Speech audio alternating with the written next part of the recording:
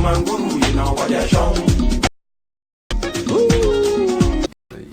can ask Steven the same thing, he'll confirm. In the quality EDC classroom, they built a stadium. Yeah. So the chick Ghana was. How can you even say something like that? Why did I see that? But Alas and Swin have kicked against the idea. Ablakwa says, has said more resources should be committed to boosting research in the legislature instead, with its food, clothing, and shelter. Okay. Why did you say that scenario is highly unlikely? No, so in that case, if you are a minister, take a minister for information, for instance. He's another very busy minister. Yeah. But he still goes to parliament.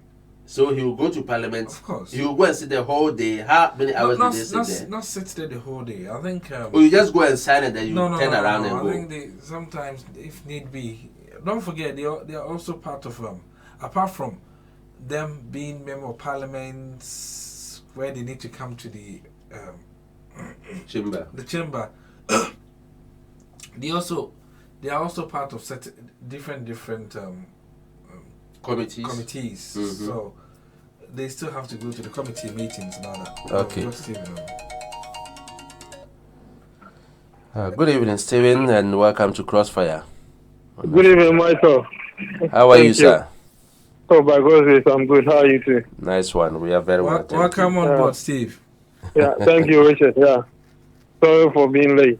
It's all right. It's all right. The news is not very good, but it's all right. These people are depressing us. Yeah, I've been listening to you guys. The more you think about it, the more you get depressed. Last week I told you how the system is going there. So. It's a shame. I think it's no news for me. It's a shame. But you would have thought that our MPs, or for that matter, some of our MPs, especially majority leader, Speaker of Parliament, they will be sensitive to the need of Ghanaians. Why? Sensitive. Mike, for me, there are certain things when they happen. I'm happy that it happened, so that we get to know how people are. Yes.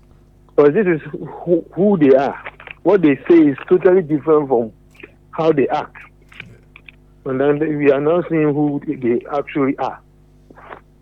See? No, this is seriously shocking. I am shocked that this man has the nerves to still defend this matter and say the things that he's saying. I'm really sure. I can't believe it that he's saying that. Well, he can be sacked as minister for parliamentary affairs, right? Of course. But he can maintain his majority leader. He can also be replaced. No, that one maybe the MPs will keep him there. That's what I'm saying. But the president has the right to sack him as minister for parliamentary affairs. Well, as a parliamentary affairs, under the NDC, they don't do parliamentary affairs minister for. Oh, they don't do that. It's only just majority leader. You are not a minister. Okay. So it's just a system that the MPP government use. But for me, I want to believe that how he's talking and his boldness, he's getting some inspiration from the from above in the party. Yeah. Are you sure? If he's going to do it with his pocket money, he wouldn't be talking like this. Of course. If he was going to do it with his pocket money, he wouldn't be talking like that. But from how he's talking, it's possible that he might have talked to people at the top there, and they have assured him that this is going to happen. So you push it. You'll see how it goes. Hey. So for me, Mike, with my experience of how the Ghanaian politician is, you're always looking for where they will get money to chop. And if the current government is able to implement this project, it's going to be chop galore. So if you hear the big people in the government supporting this idea, don't be surprised. Well, so far it appears he's the only person supporting it. Yeah, he's the only person supporting it for now. But by the time you realize, it will catch fire. Masa, it will not. I don't think this will work. Okay. Right now, Ghanaians are wide awake. Oh, yeah. Because the opposition, I think they brought this out to test the waters. The opposition that they've received so far with this, I know she to the extent say, yeah. Masa, What is the sense? What are they saying? What are they saying about the old one? What has happened? Is it collapsed? Which one? The current he was giving very funny excuses that they need a big space so that when former presidents come in, when they are opening parliament, President Kufuor and Rawlings and Co will find some space to sit. Flimsy excuse I've heard. Seriously. How often did they visit that place? President Kufuor and Mahama and then JJ, the three of them. Then we need to go and build. How can our parliament? They don't talk as if they are. Not even. I won't compare them to class 1 people. He says they don't have space there, and some of them are sitting behind pillars, so the speaker cannot catch them. They can't catch the speaker's eye. So where they are sitting, we say, hey, Michael, they are sitting. There are kids in rural areas in Ghana who are sitting under trees to study for the whole year, whole year of their life. When it starts raining, as soon as they see the clouds coming, school has to finish. How much money do they need to build even shelter? Tell me about it. Wood. We are not talking of mortar and concrete and those things. Just wood to form just to get a shelter and roof it with aluminium zinc sheet. How much money do they need? Was is he not born in Ghana? Doesn't he know that all these things are happening there? And then he's talking about 200 million to build the Parliament House so that we can accommodate 3 ex-presidents. Nonsense. Nonsense. It makes no sense. How many times do JJ, Kufuor and Mama go to the Parliament House in a year? How many times? So that for the State of Nations address and opening of Parliament, you should spend 200 million. If they don't go there, what will happen to them? If they should sit in their house and then listen to whatever they are doing there, what will happen to us? They talk as if they are dealing with stupid people. It's sad. Masa, it's very, very sad. What he's saying and what he's doing is so sad. I am shocked. Really, really, really shocked. He should just continue pushing this. Okay. He's going to lose his seat next election. All right. Maybe someone can call us. Steve, hold on. Let me put our number on because I understand maybe Mr. Sechi Mensabunsu will call in and then educate us a bit more because we the number to call is 074 73 865 402. 074 73 865 402. You are still listening to Crossfire on Africanna Radio. We still can't move forward because we still don't have, we can't understand what is going on. So OBC new chamber for 1 billion Ghana cedis. Please, whoever is out there, anyone close to Mr. Seche Mensabun should call him. Because he should just, there is nothing wrong in changing his mind. He should just shelve this idea because it's not right. This is not the right time to do that. Alone on that. Yeah. Most of his colleagues have abandoned him. Not when students are suffering. When we need money to do senior high school, please use that money. I don't get it. And give it to the government to do senior high school. The excuse that they're giving, it does not make any sense. You don't need it. If the places, if they don't have too many seats, reduce the seats that you have at the moment. Thank you. At the moment, they are sitting comfortably in Parliament. Very, very comfortable. They are too comfortable. They are too comfortable. Hold and accept, yeah. And then merge. All right. Good evening and welcome to Crossfire, Mr. Bimpe. Oh, good evening, Mr. Jones. I was trying to call. I don't know whether my reception was not good enough. Oh, sorry. We've got you now, and welcome. How are you, sir? I'm very well. Thank you very much. Good. I hope you can help us calm us down because some of us are sad, angry, And Very disappointed. very, very disappointed. Thank you. That was the word I was looking for. I don't know. You may have some good news for us. Tell us that it's not happening, please. Well, I personally, I haven't been happy with the way the whole thing has been blown out. And people ask me what's the best communication strategy for this, and I've always said I think. Oh, can you lift up your voice a bit for us, please? Hello, can you hear me? Yes. Yeah. Okay. Much better. I said I personally have been a little bit slightly unhappy with the way the communication has been kind of carried out, because the news broke in the papers, there were bits and pieces of information flying around, and then we had MPs saying they're against it, some of the MPP MPs, some of the NDC MPs, and we've had some party people come out to say that the government doesn't support what Parliament is doing. And then we hear that the president has approved the project. So it's a bit of a messy information world, if you see what I mean. And it is unfortunate. Can you hear me? Okay. Yeah, you seem to be still far away. You're not coming through very loud and clear for us here. We can't. Hold on, let me see. Oh, okay. How's it now? Yeah, it's better. It's better now. It's better now. Okay, yeah I think my volume was a bit low. So it's been very, very messy, Mike. Yes, hold on. I think we've been advised to use headphones, so maybe we can hear you better in the headphones. Hello? Hi. Okay, yeah. Yeah, so it's been a bit messy when the information broke, when the news broke. Okay. Yeah, it's and better.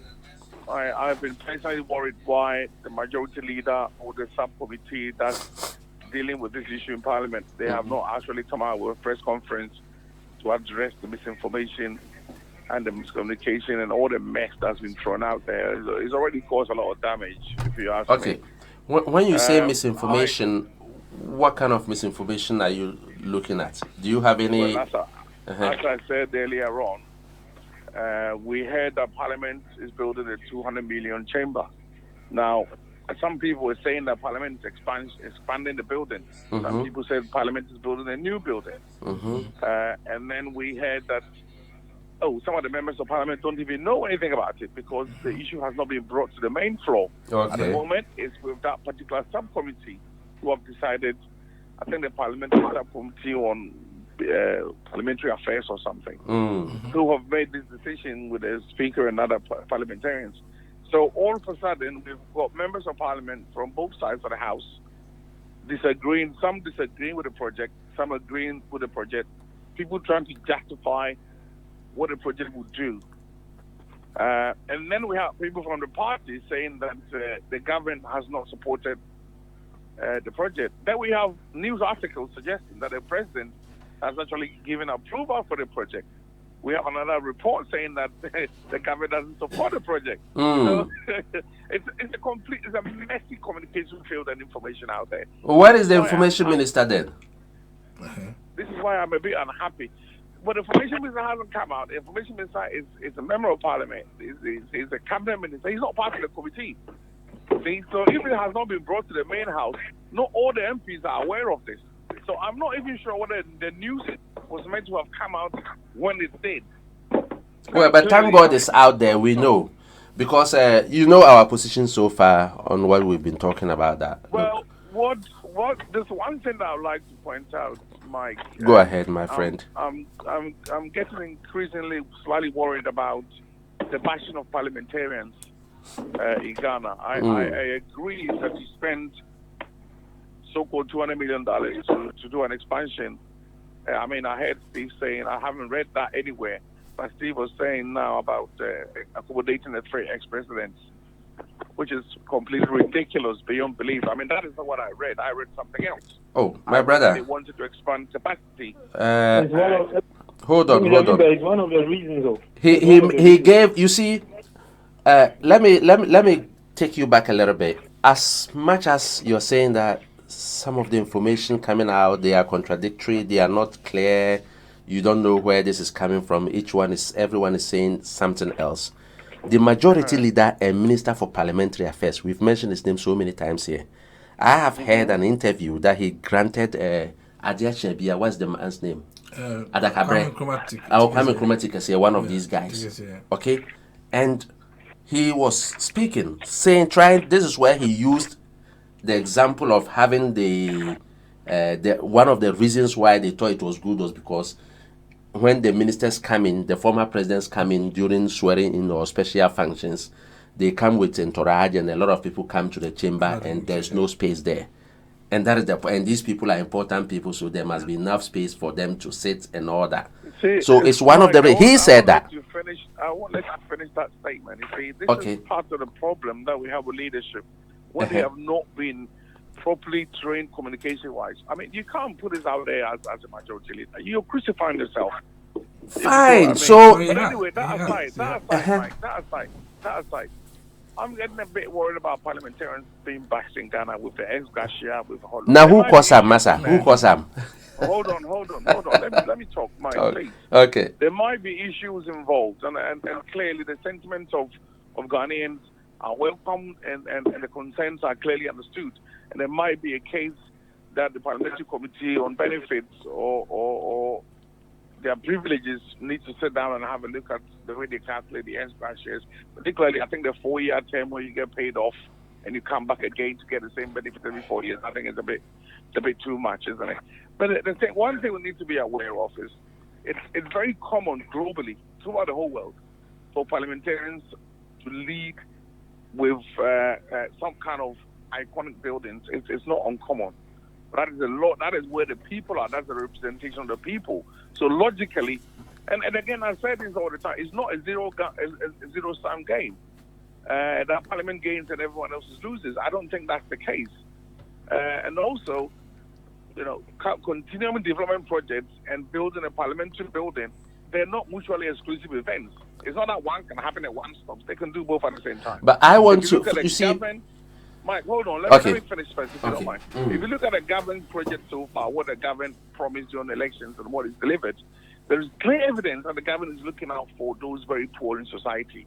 And I think that has been the problem in previous administrations, where the weakest and where the poorest have been left out. In this particular government, the weakest and the poorest have been taken care of in so many ways. So I think the idea that the government is building, spending all this money to build, while people can't eat or drink, I get the point. It's a very sensitive issue. But the government has done and is doing enough. If you look at the policies, the pricing for foods, the rearing for foods, the free SHS, there is a lot that has gone into looking after the very poor and the very bottom end. Now, does that justify spending that much money? I don't know, to build an expansion. And I doubt the reasons alone being expansion. If the parliament represents the people and the idea is to expand to include more people in parliament, I understand that. It might not be that we have to have more MPs. Maybe we have to have more people working in their offices. I get that point. If parliament doesn't work, our democracy suffers in the long term. Don't forget, we are a democracy. We are a sovereign nation, and we derive our powers from parliament. Now, a lot of people have complained that there's too many MPs, there's too many that. They might have a point. I get that. But looking at where we are democratically, it might be necessary. And I keep making this point. 100 years ago, before Britain industrialized, it took 100 years. Before Britain, and I always make these comparisons because we are not industrialized yet. But we are enjoying all the features of a developed nation, including free democratic freedoms and freedoms of speech. Now, that makes governance and leadership in Ghana extremely difficult that people are not aware. People don't think about it. Before Britain industrialized, they did not even have free education. Kids were not going to school. Only the elite, the rich, were able to pay for their kids to go to school. So all these little kids were working in the factories throughout the industrial period. It was after a certain point that they passed laws to make education free. Now we are at the point where we are about to industrialize, but we have all the benefits of a developed nation. Freedom of speech, freedom of representation, all the democratic... My brother, please, I think you've made your point. Let me ask a question here. You still haven't... Mike, I haven't finished here. How do you know what I'm going to say, Mike? Let me finish, please. You don't mind. I want you to justify why Parliament has to build requires a new chamber. I don't see the value that is bringing to current our Ghana That is all. I just want the I think justification there is at this no time. sense in looking at the fact that some of the constituencies, I mean, there was one that I read, and again, I don't know the full fact because the parliamentarians have not done the press conference to release everything, which is why I'm a bit unhappy about that. I think communication-wise, they should have come out by now with a statement. That they are doing one tomorrow morning, Mr. Bimpe. Yeah, Mr. Bimpe, well, yeah, happy. they're doing one So by tomorrow then morning. we'll hopefully we'll get more information on it. So at the moment, someone is saying they're expanding the chambers. Someone is saying they're building a new building. Someone is saying all of, so I'm not actually clear what's going on. But Mike, I'll leave it now. You come in and I'll come back in. I'll listen to what you have to say. Okay. So you see, the issue is that the current burden as it is, I don't see anything wrong with it. They are in there. But you were looking at comparing that we need iconic buildings for our parliament all over the world because that is what happens.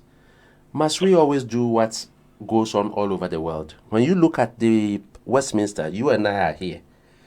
Westminster, the tourism that it generates to the British economy, that Westminster Palace over there, even internal tourism. Now, I don't know anyone coming out to tell us, quantifying the value of that building we call Parliament in Ghana, how much it is bringing to us in terms of,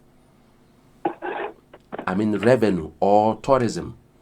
What actually, apart from the fact that we are a democracy, so we have to have a building where our parliamentarians will sit. Now, the case is not that we do not have a place for them. There is a place for them. And there is enough space in there for them. We've already talked about that they don't even all go to Parliament every day. We see them on TV. The chamber is always empty. At Westminster, it takes 450, but the capacity of the chamber is 450. But the MPs are 650. So it's fully packed. So it's very difficult to justify that you need a new Parliament. And in any case, it is not a burden that makes it